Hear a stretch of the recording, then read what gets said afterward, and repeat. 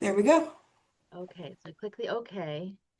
Okay, welcome. Thank you guys so much for taking time out of your Friday mornings, particularly our elected representatives, Rep Wallen. Senator Brzezinski here yet? No.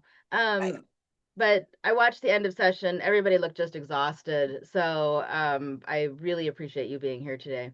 Okay, so we have a couple of things on the agenda that's going to require a vote. So I think if we could start by having the commissioners introduce themselves, that would be great. Valerie, do you want to start? Oh, I'm Valerie. I am the chair of the commission and very happy to be here. I am going to turn it over to Justice Duncan.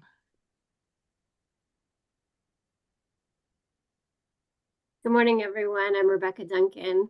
I'm a commissioner and with the Oregon Supreme Court. Okay. John DiLorenzo, you're muted. Would it be a Zoom meeting if someone didn't mute themselves? Yeah, thank you. Hey, good morning, everybody. John DiLorenzo, Davis Red Tremaine. I've been a member of the commission almost as long as Lane Shetterly, I think. I'm not sure who's been on the commission longer. I think we're going to call that one a tie. Judge Lageson. Hi, I'm Erin Lageson. I'm a commissioner. I'm on the Oregon Court of Appeals. Okay. Ben Gutman. Hi, Ben Gutman, Deputy Attorney General at the Oregon Department of Justice. Nice to see everyone. Thank you. Thank you for being here. Rep Wallen. Hi, I'm Kim Wallen. I am a commissioner, but I'm here because I'm in the legislature elected from Medford. Thank you very much for being here. Dean Dobbins.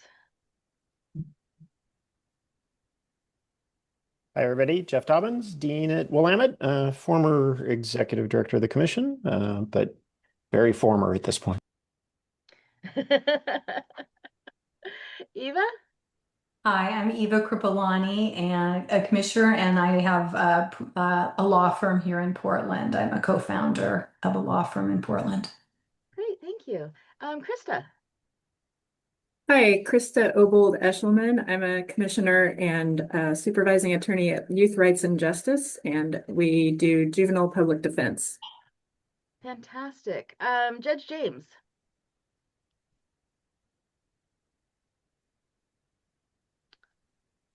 Judge James, is that you on the 503 phone number?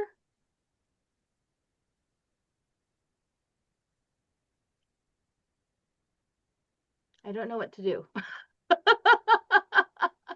Oh, she hung up. Okay. Well, do we have quorum without Judge James? I believe so. We had 9. 2, 3, 4, 6, 7, 8, 9. Yes, we have quorum without Judge James. All right, so then I'm going to ask everybody else who's a guest, thank you all for coming, to introduce themselves, starting with Eric Foster. I'm Eric Foster. I'm a lawyer with Foster Denman down in Medford, and I'm in the e-wills work group supporting Thank you. the game. Great, thank you. Kara? Hi everyone, I'm Kara Goldfarb. It's nice to see you again. I'm a still a 2L, yeah, at University of Oregon, and grateful to be here. Thanks. Very nearly a 3L. Yeah. Lane, please. Yeah, good morning, everybody. Good to see you all. And John, I think you DiLorenzo, I think you do beat me. I haven't been on the commission actually for about 5 years, so I think you are it. We'll erect a statue to you, man. Good to be here, everybody. Of course, I'm a former commissioner and with you this morning to just kind of report on the status of our electronic wills work group. I'm glad to have that conversation with you when we get to it.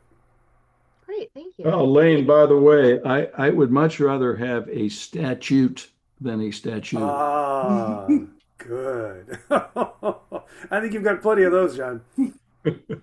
All right, Gabe.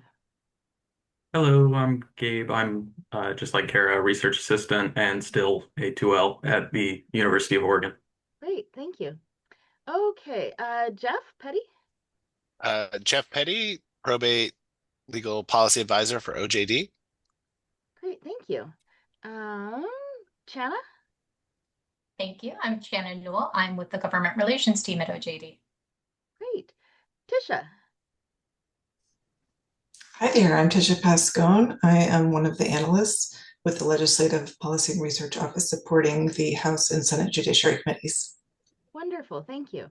And then finally, Lorianne Sills. Hi, my name is Lorianne Sills. I'm with Legislative Council and I am working on the Electronic Wills Project.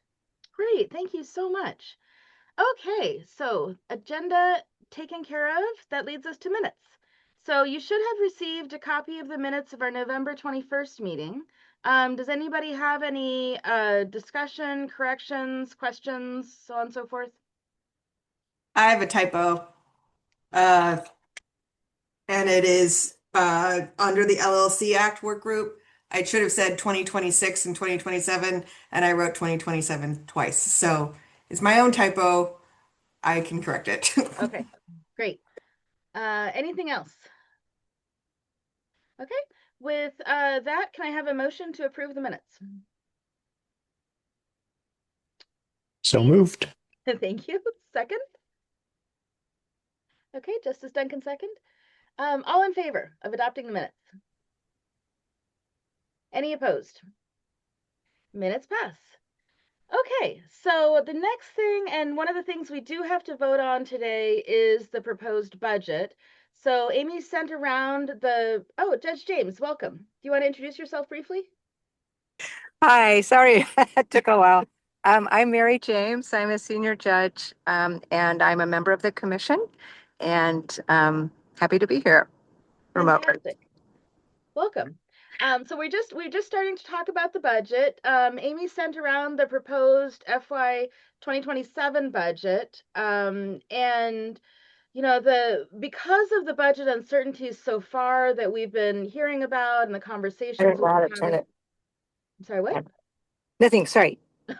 Yes. Because of the conversations we've been having, you know, in the legislature, we've been very, very cautious about spending money. And so most of our costs, since most of our costs are related with personnel, we looked at holding certain positions vacant, sort of pending resolution of the budget issues. So I'll turn it over to Amy to give an update on the budget process and where things stand. Amy? Okay, sorry, I just got an email from Senator Przonski. I'm just trying to see if he's having problems getting in. Okay, do you want me to do this part? He's on his way. He's just running a little late. That's all. Okay. So we have a budget. We were fully funded through the 2027 biennium, and then as we talked about in November, there was significant conversations about cuts to any number of budgets for Oregon agencies, commissions, and everyone. We, as a commission, did not get cut. So we still have the funding that we received at the end of the legislative session, which is great, obviously. I will also flag that the feedback I've received from OJD, for a quick reminder, our funding flows through OJD, is that the next biennium will be require some complex conversations around budgeting, and there may be on a statewide level, not just obviously the commission. We're a very small part of the state budget. That all being said, we do have reserves. And one of the things that has popped up for the commission is that when I started 2 years ago, we had 2 projects. And if this project that we're going to talk about in a few minutes is approved, we will now be at 5. Yeah, and I think we're also looking at having 4 bill proposals next session, including the LLC Act, which I'm going to keep proposing until the heat death of the universe. So, because I think it's important. But, you know, so I think that what a lot of what we've been doing in the last few years has been reprofessionalizing the commission, getting it up and going, really looking at how can we efficiently do things and run work groups that facilitate these good conversations that people have been having. The question though is, what do we do going forward? So Amy, do you want to talk about that or do you want me to? I can talk about it and then maybe you can provide context. So the budget you have before you has a few changes. One, we've had two students this year, Kara and Gabe. They've been amazing. I would like to push it up to three, with a real focus on making sure that we have representation from all three of Oregon's law schools. This last year we had both Kara and Gabe from U of O, which has been fantastic, but I know that there are amazing students at the other two schools, and I really want to make sure that we can incorporate them into the commission as well. So I have posted all three jobs at the three law schools, and I've been getting really positive feedback so far. So that is, or I have posted the job posting at all three schools, and I have been getting a lot of positive feedback and applications. So that's great. And this is one of the things that I think would not have been possible a few years ago, because so much, like, in addition to having in-person discussion and a meeting with the students where we actually went to the legislature and got to meet with Senator Przanski sort of between sessions. There's been a lot that's just been on Zoom and remote, which I think is fantastic. So I think the idea of having a clerk from each of the law schools is a really good one. And I think it's a great idea. So that's the first part of the kind of the change in the proposal, is just bumping up to another student. The second part of the proposal, Debbie Thurman was here for many years. She retired in, I want to say, in fall of 24.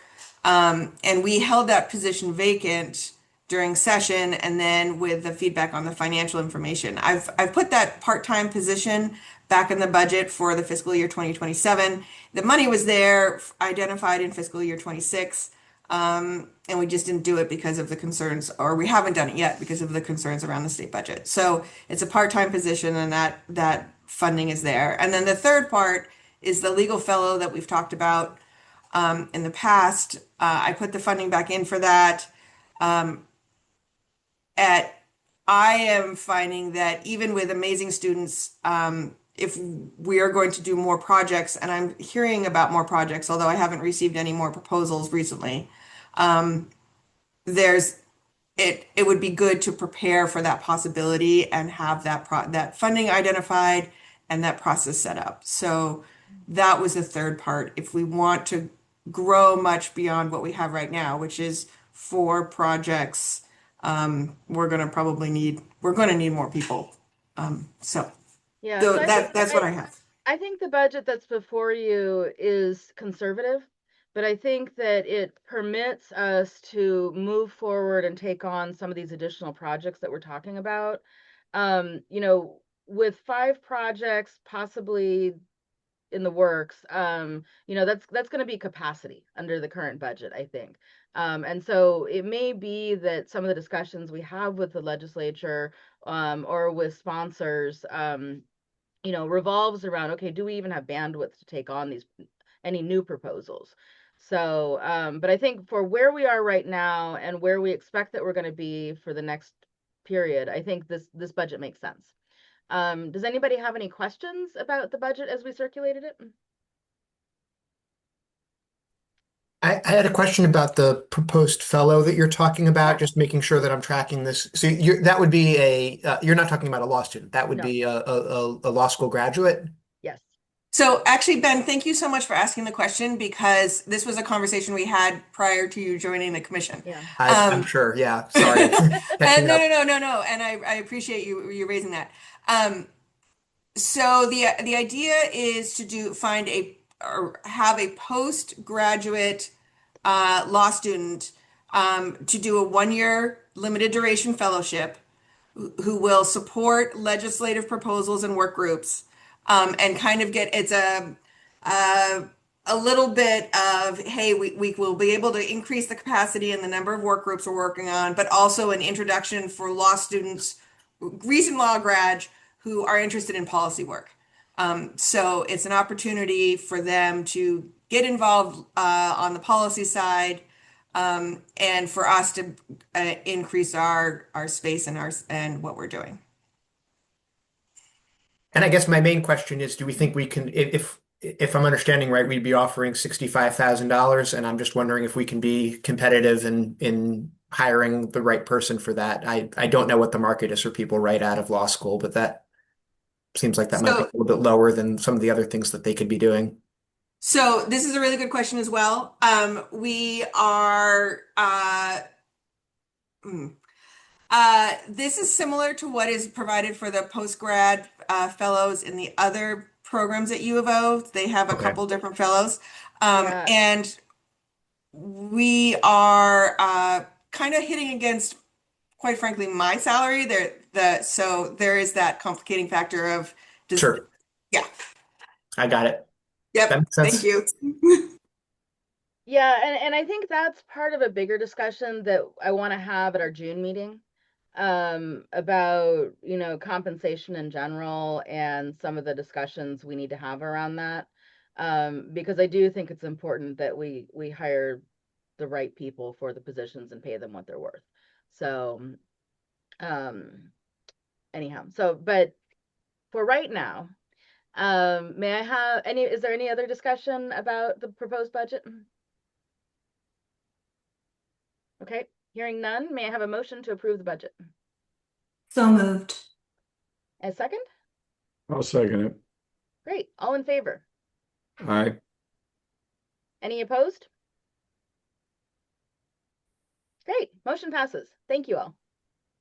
Okay, so today we are lucky enough to have Channa and Jeff from OJD here to present on a proposal that has been a lot of effort in the making, talking about simple estate affidavit criteria. So this proposal, we originally discussed this at the program committee meeting in December and recommended that it be sent to the full commission for consideration and approval.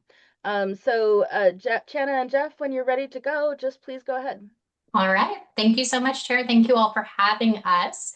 My name is Channa Newell. I'm with the Government Relations team at the Oregon Judicial Department, and Jeff Petty is here with me today in case I miss anything or if you have some really tough questions. He's the expert and can really dig into the information for y'all. So we're going to outline the proposal for the Simple Estate Affidavit Work Group.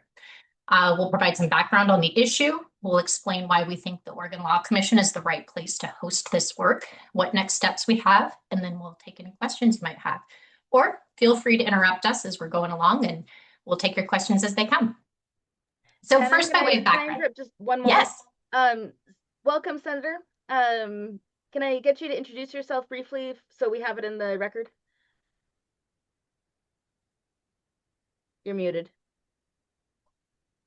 Still muted. Yeah, I'm not. Just coming out of another meeting. Thank you all very much for being late. Floyd Przanski, State Senator, District 4, parts of Eugene and Springfield. Welcome. Thank you so much. Okay, thanks, Channa. All right, thank you. Okay, so we're talking about the Simple Estate Affidavit process. And this is a streamlined process for transferring the property of a deceased person. It utilizes an affidavit process and minimizes court oversight. So an affidavit is submitted by a claiming successor, the nominated personal representative, or an official of a state agency who's recovering from the decedent. The affiant files an affidavit with the court, and it outlines certain points of information.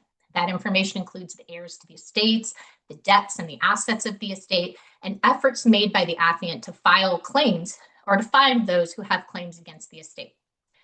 While this document that the affiant submits is done under penalty of perjury, it can be difficult for the court or any clerk who's reviewing it, the probate commissioner, to determine whether there are inaccuracies or even fraud. But we want to have a simple process for these smaller estates. So these estates can only utilize the Simple Estate Affidavit process if the property is below a certain value threshold. Separate thresholds exist whether you have real property or personal property. In an estate with real property, the value of the real property must be under $200,000. Okay. In an estate with personal property, the personal property value must be under $75,000. If the property has a fair market value that exceeds those allowable amounts, the estate goes through normal probate. Okay? So we're $200,000 for real property. It's kind of the number that we're looking at there. The problem with that is that that number hasn't kept up with the price of homes or of inflation. And prior proposals to increase the value of the simple estate affidavit for real property have encountered this tension that exists with transferring properties, protecting heirs and claimants, and the fraud and abuse that could come along when you have a process that moves property without court oversight. So we've had some prior legislative efforts. Those are documented in the handout there, but specifically the Oregon Law Commission's Probate Modernization Work Group that met for several years and culminated in House Bill 3007 in 2019 had some changes to this, what was then called the small estate affidavit process became the simple estate affidavit process. Most recently, we had a bill that would have increased the thresholds pretty significantly from Senator Thatcher. That was Senate Bill 15 in 2025. As a result of those conversations around Senate Bill 15 in 2025, we started working through some of the avenues that might be available and really settled on having a work group. So we're coming to you with this request for the work group because we want to look at options for improving the use of the simple estate affidavit process for all users. So whether that is the person who is trying to resolve their parent or grandparent's estate and isn't sure exactly how to do that and doesn't need to go through a full probate process, to the creditors and claimants and heirs within that estate process, as well as for ease of administration and the correct amount of court oversight for this process. So the project would include an examination of the simplified estate process in other states. The prior work group has heard some information about Washington State. We've heard a little bit about how California handles this, and we'd like to learn more about how other states, how other states handle these kind of estates. We'd like to look at the safeguards and the court oversights that are embedded in those processes. So a real deep dive into how other states handle this issue, because it is not unique to Oregon. We'd also look at Oregon's property values and regional differences to see if there is a method that we could come up with that would account for the variety of differences in property values you have around the state. The final product would be a report in a statutory draft concept for introduction as legislation in the 2029 session. So I'll say that again, 2029. We're not trying to get this done before 27. This is something that's going to take a little bit of time to get through. And the Oregon Law Commission has a history of being able to do this, to have these long projects that result in a comprehensive solution to a really technical and thorny issue. So we've brought this here in hopes that we can get your support moving it forward. Ms. Zebko has done a tremendous effort getting together the potential participants for this work group, and I think we're ready to get started when the time is right. Happy to take any questions. Jeff, anything you think needs to be added there? Just from the perspective of someone who has looked at thousands of these affidavits, it always leaves you wanting to know more, while also wanting to make sure folks get sort of the prompt administration of that property that they're trying to do, because when we're talking about smaller values, those dollars mean more to the folks that are receiving them typically. So there's certainly a balance that we want to try to investigate and find with protection against fraud while also maintaining some efficiency in the process. Yeah, and I'll just note that one of the issues that came up when we were starting to have conversations about this in the program committee was that, the proposal that came up was sort of butting up against Oregon's $1 million state tax exemption. So, there's a tension there between wanting to keep things simple, but not wanting to have every estate under the taxable threshold qualify as a simple estate necessarily, because there are potentially fairly complicated estates under $1 million. So it's the figuring out, fine tuning what our simple estate process looks like, I think. And thank you so much, Chana, for that great presentation. Thank you, Jeff. We really appreciate your perspective. Amy? You're muted. I'm usually really good at that. Just in terms of engagement and involvement, I've been reaching out to folks over the last couple months to let them know that this is a potential work group topic. The elder law and estate planning sections of the bar are interested in participating and are there. The Land Title Association of Oregon is very interested. The Commons Law Center is interested. OJD obviously is interested. I did hear from a couple folks that they were not interested. So Oregon Law Center said thank you very much, but this doesn't really fit with us. And DCBS also gave us that feedback. I'm still waiting to hear from a few folks, DOJ, the Appraisal Board, the Association of Counties. So there are some still folks outstanding, the bankers, excuse me. We've either been playing phone tag or I haven't heard back from them, but I do think that there is in a level of interest in this, especially from the lawyers. So I think that, and it's a shame that Heather Gilmore was not able to be here with us today, because she's put a lot of work into this as well, and trying to figure out what is the right composition of folks for the work group as well. I want to ask a question. Shanna, you might remember this, but maybe not. I have this dim memory that is so dim that it's probably not even useful. But in the 23 long session, we had a fairly lengthy presentation. I think it was from a lawyer in Grants Pass who had come from another state who was talking about this issue. And there was a bill. I don't think we passed it. Anyway, it was in the House Judiciary. I don't even think it made it to Senate Judiciary, Senator. So anyway, I don't remember. We talked about this issue a lot, but there was somebody who was very interested in it.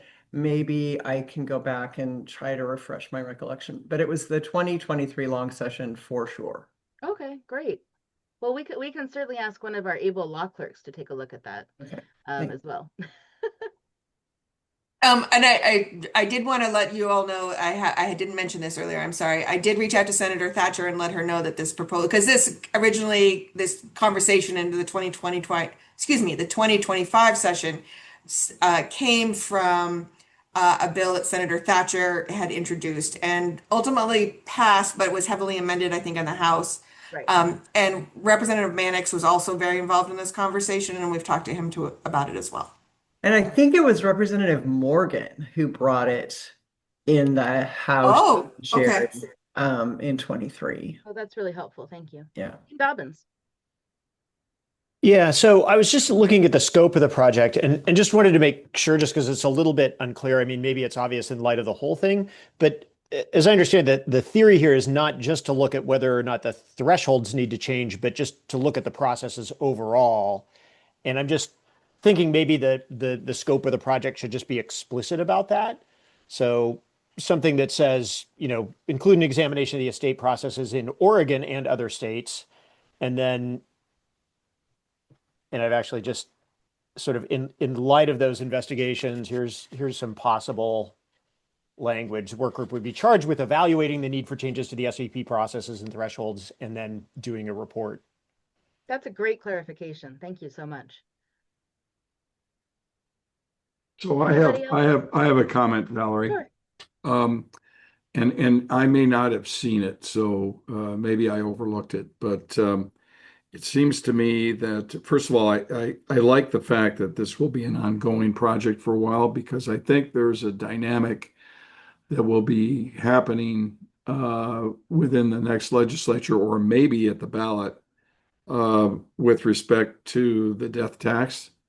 whether it'll be abolished, whether it will, whether the limits will be raised, whether maybe the legislature will go for increased limits without having to extract more money at the tail end. So there's just a lot going on in that area, and I'm thinking that we ought to ask the work group to give some consideration as to whether the recommendations would be different depending on what kind of estate tax So I think scenario that, we have. I mean, I think that's inherent in some of the folks who are going to be having this discussion.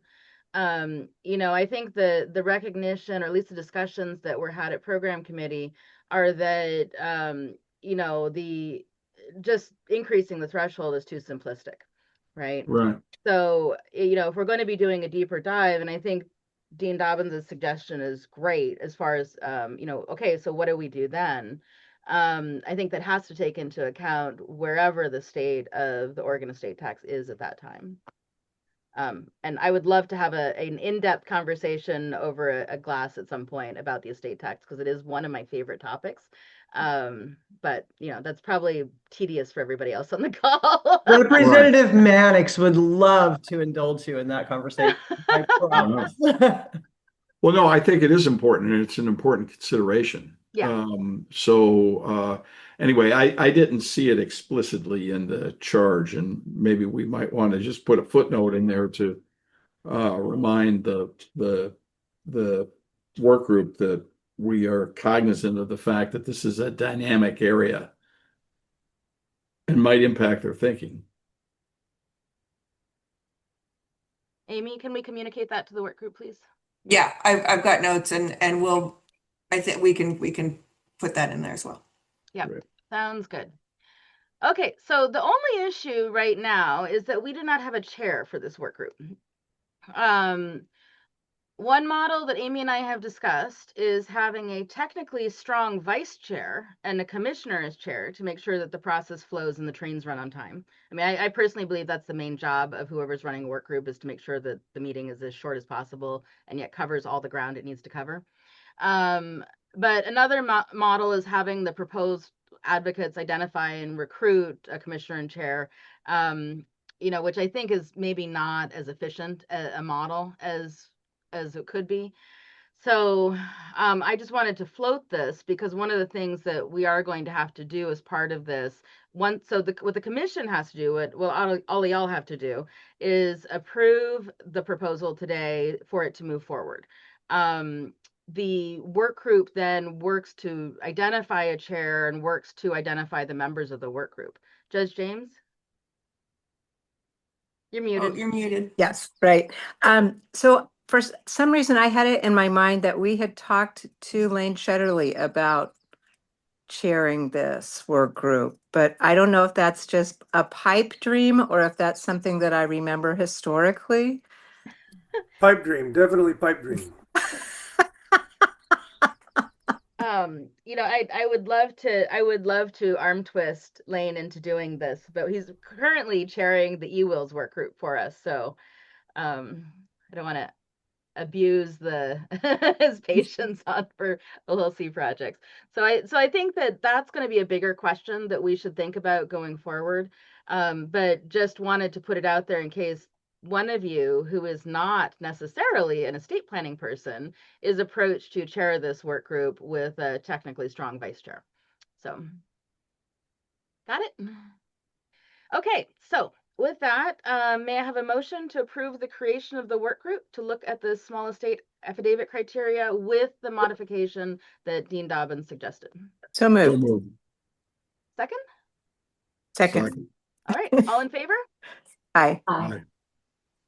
Any opposed? Great. Thank you so much, Chana, Jeff. We'll look forward to working with you on this. And Lane, I hear your name has been suggested for the chair position. Okay, moving on. Okay, so I wanted to give an update. So those are the only items that we have to vote on. So if folks have other commitments and really need to step off, please do. But thank you all for coming. So this is an update, and we're not going to be voting on anything today, but I did want to talk about the administrative and governance work group. We've gotten together, it's not really a work group, it's a subcommittee, but we've gotten together twice and have started with looking at, okay, what are the actual policies and procedures that we have for the Law Commission? And thank you so much to Lane and a lot of the folks who led the committee in establishing these. And we've had a lot of discussions about where are we going to keep the commission's archived materials. Our next issue is going to be looking at what is the role of the commissioner and what are the expectations that we have for each other on this commission, in a variety of different ways. So if any of you have suggestions about here's what we should be doing, here's what we should be expecting of each other, please go ahead and email Amy or email me, because we want to make sure that the program committee has a robust proposal to bring to you, because I think it would be useful for us to adopt some guidelines in that area. And thanks. So Mark Comstock has done a tremendous amount of work, and I just wanted to call him out on this and say that we really appreciate him taking sort of the leading oar on updating the policies and procedures, reflective of sort of times we're living in. We're also looking at the archiving process, because I think there's been some question about where the records should stay of the commission. Amy gets a couple of requests every year from lawyers who look at commission bills and want to have access to those for legislative history purposes and just understanding what the background of the law was. So we want to make sure that it's in the place that a lawyer would logically think to look for those when they're trying to investigate the legislative history. And then the other thing that we've been looking at is what is the role of the chair and the vice chair of the commission. Right now, I don't think that we actually have a vice chair. So if someone would like to be the vice chair, please let me know, and we can develop that maybe we should develop the job description first before anybody signs up for it. And then project advocate responsibilities, other issues. So I'm really excited about this subcommittee, because I think it's really going to help set the stage for how we're going to move forward efficiently in the future. Okay. Anything discussions or questions about that? Great. Okay, so we have folks who have joined us to give updates on our current projects. Thank you so much. And we're going to start with the Uniform Electronic Wills Act work group. So I'm going to turn it over to Lane and Eric. All right, thanks. Yeah, should be a pretty brief report, I think. The work group, well, let me say, the drafting is easy. This is not a complicated bill. It's pretty straightforward in terms of what it does. The issue that I think we're still kind of that we're still dealing with in the work group is really more around concerns about execution of a will remotely, which is part of the e-wills bill. It also then issues about security of the will after it's been executed, and now it's in a digital format, it's in an electronic format. And then we still have to hear from the courts as to how they would propose to handle the filing of an electronic will in the occasion of a probate of a decedent's estate.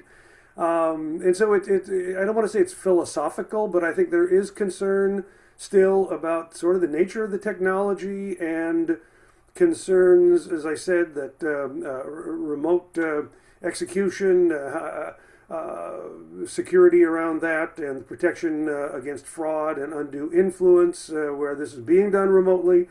And then, how are these things stored? And given that, electronic will can be opened and modified even after it's been executed, how, when a will is presented, do we know that the will that's being presented is the one that was in fact electronically executed? Frankly, these are the same issues that we have with paper wills as well. When a paper will is filed with the court, it's represented as being the decedent's last will. the court doesn't do an independent investigation to determine whether, in fact, there was a later will that was done that's not being presented, or if a page might have been substituted in that paper will that's being presented as the decedent's last will. Certainly, fraud and coercion can be present in the execution of a paper will as well. Most likely a will that's done outside of an attorney's office, but still, that's an element that we have with paper wills as well. So I'm not sure that these are all new issues that are just present in the context of electronic wills, but because we're looking at wills now in a new format with new technology, I think these questions and these issues kind of have new energy around them. And I think it's coupled with probably honestly, a lack of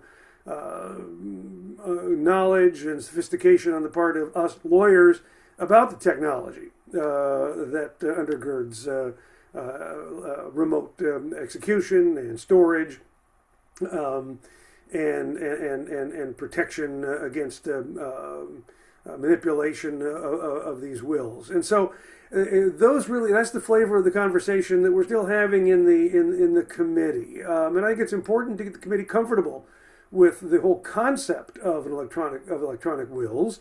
Because if we can't get the committee comfortable with it, it's not going to come to you as a clean recommendation. And the last thing I want is to be in front of Senator Brzezinski's committee at some point and having a battle among the members of the bar and the courts about this whole concept of an electronic will. And so, that's kind of where we are. Eric is on the group. I welcome his input. Jeff, let's see, is Jeff still with us? No, I think Jeff stopped off. Yeah, it looks like Jeff's gone. Chana is on the work group.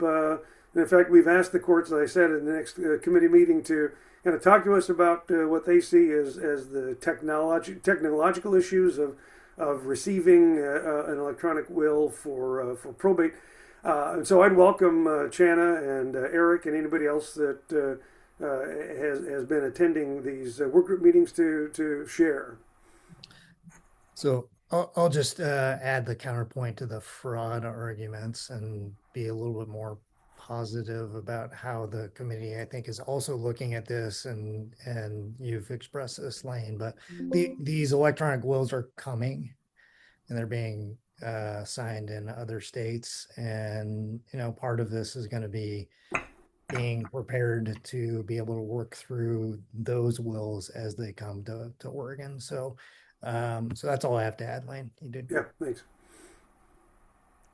Chana? Yeah, I tend to agree to that. Yeah, there's, I think the courts have a little trepidation on something new, but knowing that it's coming and knowing that we can be prepared and not necessarily making wholesale changes to probate and how that process works, but being prepared to encounter something new. It may take us a few minutes to get socialized to that, but we can work through it, and we're happy to be at the table working through the issue now, rather than, in a panic a few years from now and being reactive. So we'll continue. We're working probably at about a monthly cadence of meetings. We took a break during the special session. Like I say, the drafting will be easy. Of course, Lorianne is with us, and she's our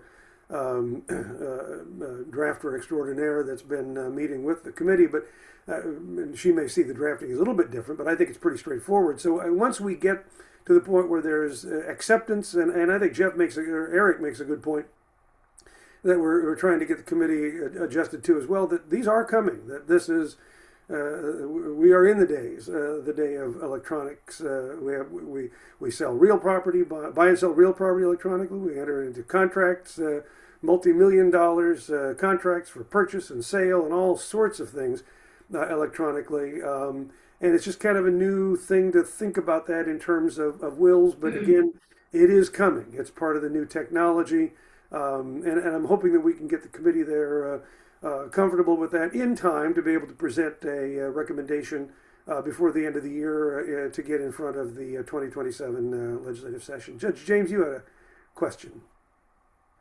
I did. I was wondering, it sounds like you have been incredibly thoughtful on the idea of, the security and the issues that I would anticipate would cause consternation by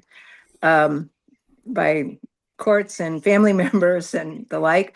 Are you borrowing from other states who have figured that out and have figured out how to kind of impose or implement some security measures to know that the last will and testament is the last will and testament? Or are we just identifying them as problems and hoping that we can then work a solution? I mean, are we making a proactive recommendation to the legislature about how to safeguard that? Yeah, a couple of states. That's a good question. Thanks. A couple of states, including Washington, have incorporated the provision for a custodian of an electronic will. That's not part of the Uniform Act, and in fact, the Uniform Act Drafting Committee consciously didn't go there. In part, there's really no business model for a custodian. There's not a licensing provision for such a thing. Would it be a title company? Do they want to do this? Probably not. Washington, I think, has created at least an opportunity for individual courts to create a registry. And I think King County might have done that. I'm not sure. It's not mandatory. So there's a look at that. I don't think it's been warmly embraced by the committee. It's not part of the Uniform Act. The way that works, at least in the what we've heard from technology experts in this, is basically it's metadata. It's a will is presented. Again, it could be a paper will, but in this case now it's an electronic will. It's presented. Heirs are notified. Beneficiaries are notified. And they get a copy of this electronic will that's been admitted to probate. And again, just like in the case of paper wills today, if you've got an heir who believes that there's a different will, or that will was revoked, or whatever the case might be, or if you've got a beneficiary, same thing, who was expecting something else or believes that there may have been fraud, let's say especially the issue of tampering, that would be a matter of raising that as an objection post-appointment, just the way we do it today.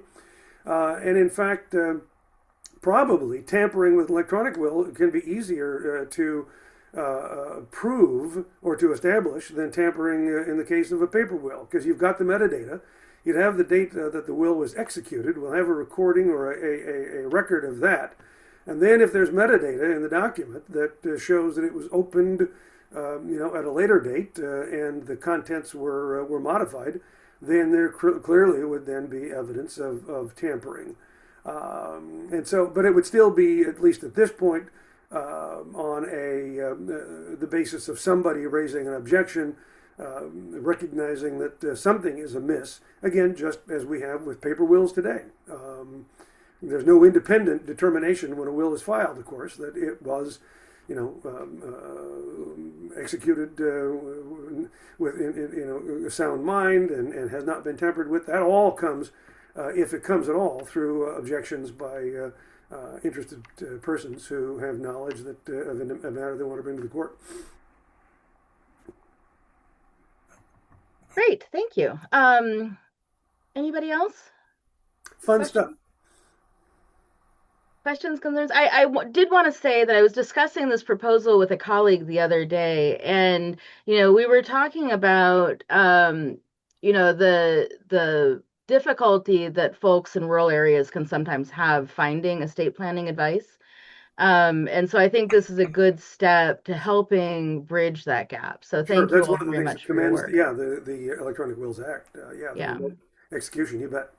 What did I read in the Bar Bulletin a couple of issues ago? Probably longer than that. That you've got entire counties that don't have a private firm in the county. So that is a real issue.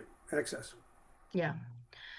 Good. Thank you so much for the presentation. Thank you for joining us today. You bet. Thank you. All right. I'm going to turn it over to Judge James to talk about the Municipal Courts Work Group, Municipal and Justice Courts Work Group.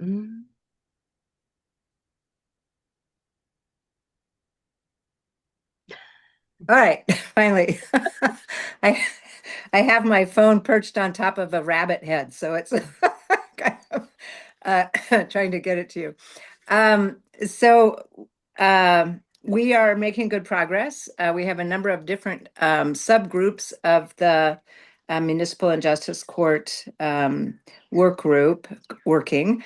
And we're very close to getting the waiver issue addressed. We've had great participation from the various stakeholders and have gotten good language that I think we are prepared at our next full meeting to address and support and hopefully forward to you for the June meeting to consider. We are also looking at the municipal justice courts becoming courts of record. And that seems to be having not very much trouble getting organized and getting through. We are not yet to the question of where the records are going to be kept for all these courts. So that's another work group that's going to be up and running in a little bit. And we have another one, Amy, I'm spacing out on what the other main issue is that we're addressing. So the work group is going to have an initial conversation on a question about whether the appeal should go through ORS Chapter 19 of Chapter 138. This was something that was raised during the last work group. So Krista and Justice Duncan probably remember this. And the initial conversation on that and the introduction is going to happen next week at our commission meeting. Right. I can't imagine how I'd block that. Just kidding. But we also have had an inquiry from Senator Przanski and an attorney or a judge in Lane County about an issue that we've not yet picked up and it has to do with transferring cases from justice court to municipal court. And it's just a new issue that we're gonna look at. It wasn't in our original charge, but it's sort of associated with the transfer of cases from justice court to the circuit court, and the impact that it might be having on the ability of district attorneys to prosecute those cases in circuit court and whether they have the resources to do that. So we're doing some more work on that to see if there are other cities that have had the same issue. The Eugene City Attorney's Office thinks that they have resolved it by creating itself as a court of record. And just anecdotally, it's interesting that some cities, when they create themselves as a court of record, are having modest costs, in the $1,000 or $2,000, and others are having $300,000, $400,000. So we're not quite sure how that level of record keeping is being cost covered, but it is something that the cities, by reason of the ability to become a court of record, are deciding for themselves. So it's not something that the commission would be recommending that the legislature impose on any of these jurisdictions. Great. Senator Przanski, you look like you have a question. Yeah, I just really want to make a point here. The inquiry that came into me is basically the transfer after a adverse decision has been made by the municipal court. I believe the way the statute reads at this point, a person can and does have the ability to make that transfer at any point. Clearly, we need to have a set time frame and deadline for them to make that request to transfer. As you can see, if you had a case that was detailed DUI, a lot of investigation requirement and expert testimony, etc., all tied together. What you don't want to see is that case to go 5 months in the municipal court and then have someone request it to be shifted over to the circuit court for the reasons that have already been stated as to whether then who has the jurisdiction to prosecute. Is it going to be the district attorney's office, who could be under-resourced, or would it stick with the municipal court? And the reality is we have had in the past, it's always been, I think my understanding is that when someone was first arraigned in the municipal court, I believe they had up to 20 days, maybe 30 days to make the request to have it transferred. So you have a clean transfer and you know exactly where the what form is going to be used, the municipal court or the circuit court. Thank you. Thank you for that clarification. So we will plug that into the, into the discussion and see if there, what we can do if from the standpoint of the commission to make that problem addressed and clarify the timeline so that it isn't, so we don't run into that issue. Great. Any other questions? Thank you for that excellent presentation, Judge James. You're welcome. Okay. Great. So it looks like the last two projects are me. So I'll make this quick. So the Uniform Partitioners Property Work Group met yesterday and talked about, so essentially just to take a step back, this act looks at the situation where a group of folks inherit property together and may not have the same goals for the property. And it's really becomes an access to justice issue when you look at the differential economic power that some heirs may have to force a partition action. So we've had some very, very good discussions. We had a very articulate woman from Alabama come and talk about how implementation went in her state. And yesterday we talked about, okay, well, how do we mechanically, how does one of these actions move through a court? And what sort of opportunities do folks have to receive information and to buy each other out if that becomes appropriate? So, I think we're making good progress. I expect that we may have something, we'll have a more detailed proposal or discussion about this, I think, in the June meeting. And we'll have more information for you then. I think we are looking at a 2027 introduction for this. It's a relatively short bill. Section 7, which we went over yesterday, is a dense wall of text. So many thanks to Gabe for taking the first stab at trying to make a flow chart so that even the lawyers can understand what's going on with this. So we'll have that as part of the materials to you as well, because I looked at that and I had a hard time tracking it. Okay, so that's partition. Anything else on partition, Amy, that I should say? Okay. I think so.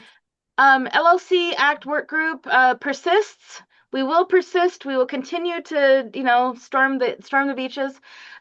We've been having discussions with, well, Amy, sorry, not we. Amy has been having discussions with Secretary of State about specifically what exactly they're concerned about. They sent us a list of, we're concerned about merger. We're concerned about nonprofits. But without specific section numbers to tie to or particular forms that they're concerned about that the bill will have an impact on. So we're trying to get to the root of the fiscal impact that they imposed on it, which was like $300,000 some dollars.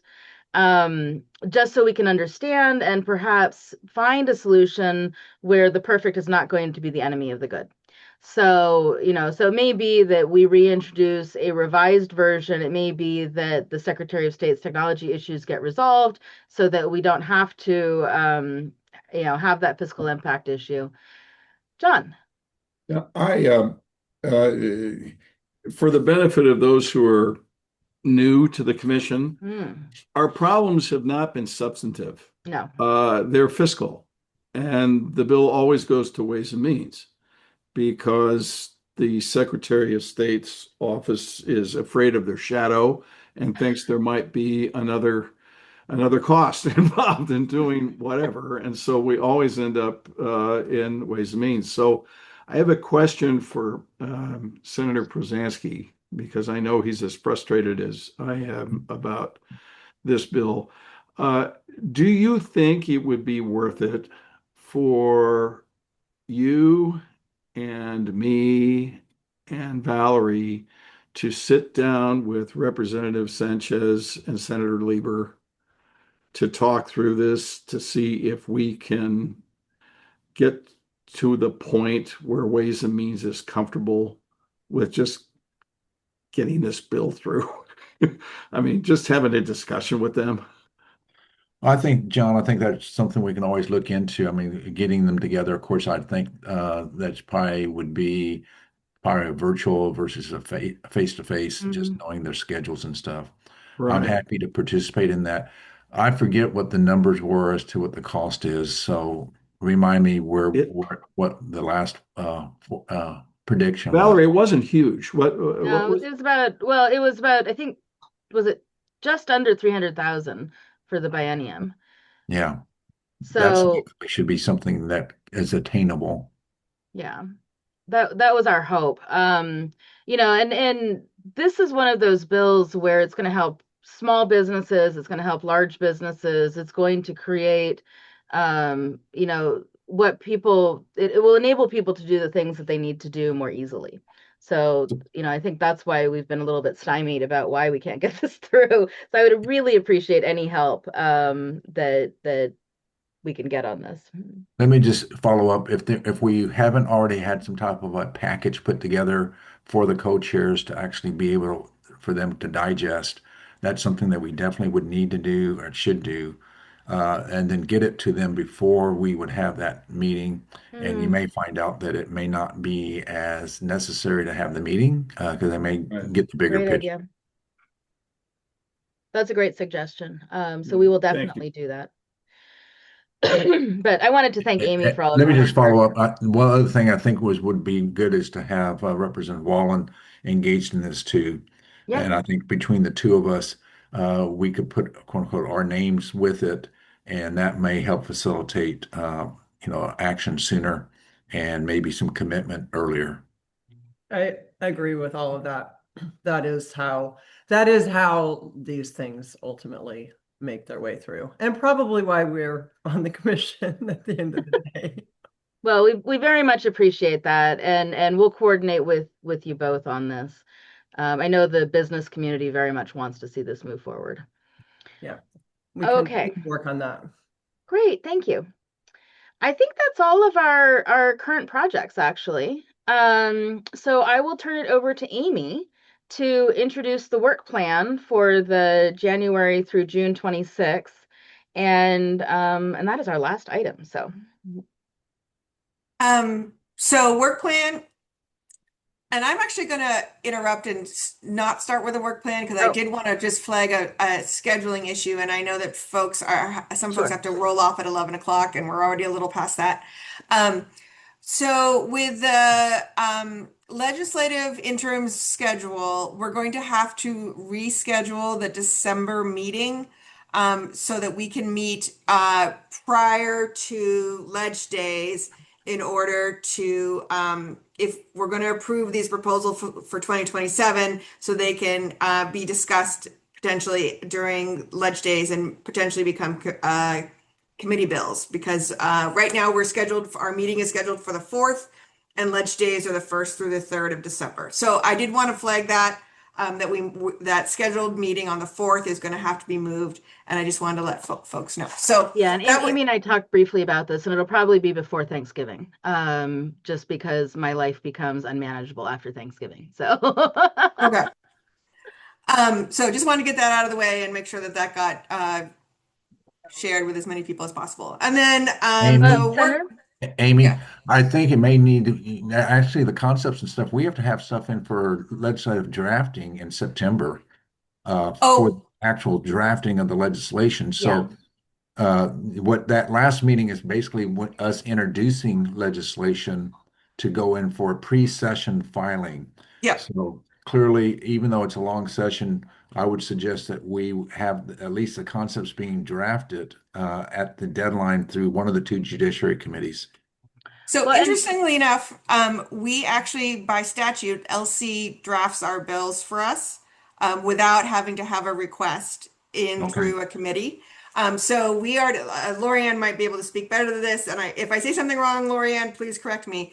But our bills are already in their process. It's just the introduction, the pre-session filing introduction. I forgot. And I did want to say that we really appreciate Legislative Council actually participating in the meetings, because it saves a lot of heartburn on the back end. If they say, no, you can't word it that way, people don't fall in love with their pretty words. So we appreciate that. Amy? And John just turned his camera. I'm sorry. And Valerie, do we need to make any adjustments to the LLC draft No. in light of any legislative changes that have been made? So we Nope. could just cut and paste it, right? Yeah, and I believe Amy is already in conversations with Dexter about that.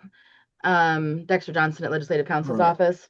So, there wasn't a lot passed on the business side of things last session. So, All right. So the former lobbyist in me is kind of emerging now, and I am wondering whether during ledge days, since there is some free time, it would be worth us to sponsor a legislative reception to introduce legislators who are new to the Oregon Law Commission. Maybe we could do it across the street, Jeff, at Willamette, like at Haley Center or something like that. And it would be a great time to corral the co-chairs about our LLC bill. yeah, that's a great idea. And we had talked about doing a reception last year, but for various reasons it wasn't possible. So I love the idea of revisiting that. We were also talking about doing a presentation before the committees on all of the bills that we'll be bringing forward. So I Sure. think the combination of those two things will be, I think, very powerful. Let's talk about a reception in I love that December. idea. That would be a great opportunity. Yep. That would be. And presentations before the Judiciary Committee. I got appointed to something called the Sunshine Committee, which I had no idea what it was. But then we had a presentation in front of the Judiciary during ledge days. I'm like, oh, that's what it is. Now I know. And so just the fact that the Law Commission exists, I think, is useful to come in front of the Judiciary Committees. And and I just want to, I want to thank you, and I want to thank all our other friends who work in the building, because I think, it's not something that we had thought about before, but I think somebody suggested it to Amy, and I thought it was such a good idea. So it is. And I also, Tisha reached out yesterday about potentially doing a presentation during ledge days. And so I think coupled with John's suggestion, I think that both would be great. And we can do figure it out. both. There's no reason to only do one. Yeah. No, I love that idea. But we'll start coordinating with you on dates. And so folks, look for a calendar invitation or a scheduling poll to go out, because we'd love to have as many of the commissioners come to that as possible. Okay. Okay. I'm going to jump in on work plan really quickly. The work plan is primarily focused on the 4 active work groups, and now this 5th one. The goal for these is to be pretty much done and drafting by the September, so that we can write the reports. That was something that we did with municipal and justice courts last year.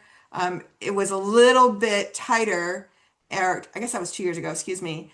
And the hope is that we can provide a bit more room to drafting the report. So that we'll be continuing monthly work groups, at least for the 4 active work groups are now 5.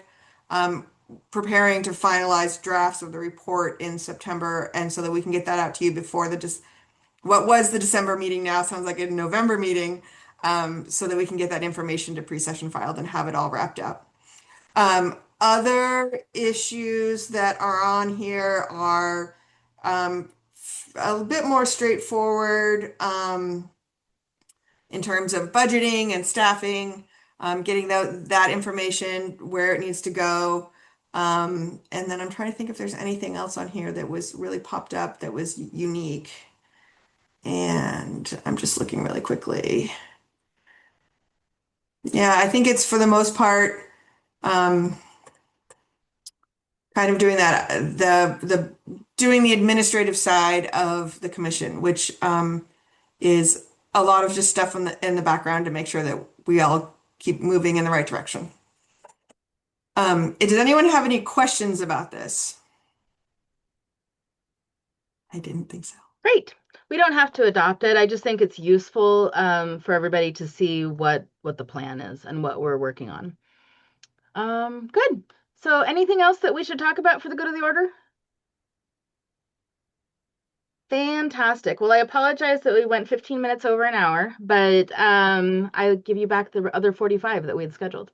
Thank you so much for your participation. It's so great to see you guys, and I look forward to working with you. I think, do we need to move to be adjourned, or can I just call it adjourned? All right, we're done. Thanks, guys. Have a great day. Bye, everyone.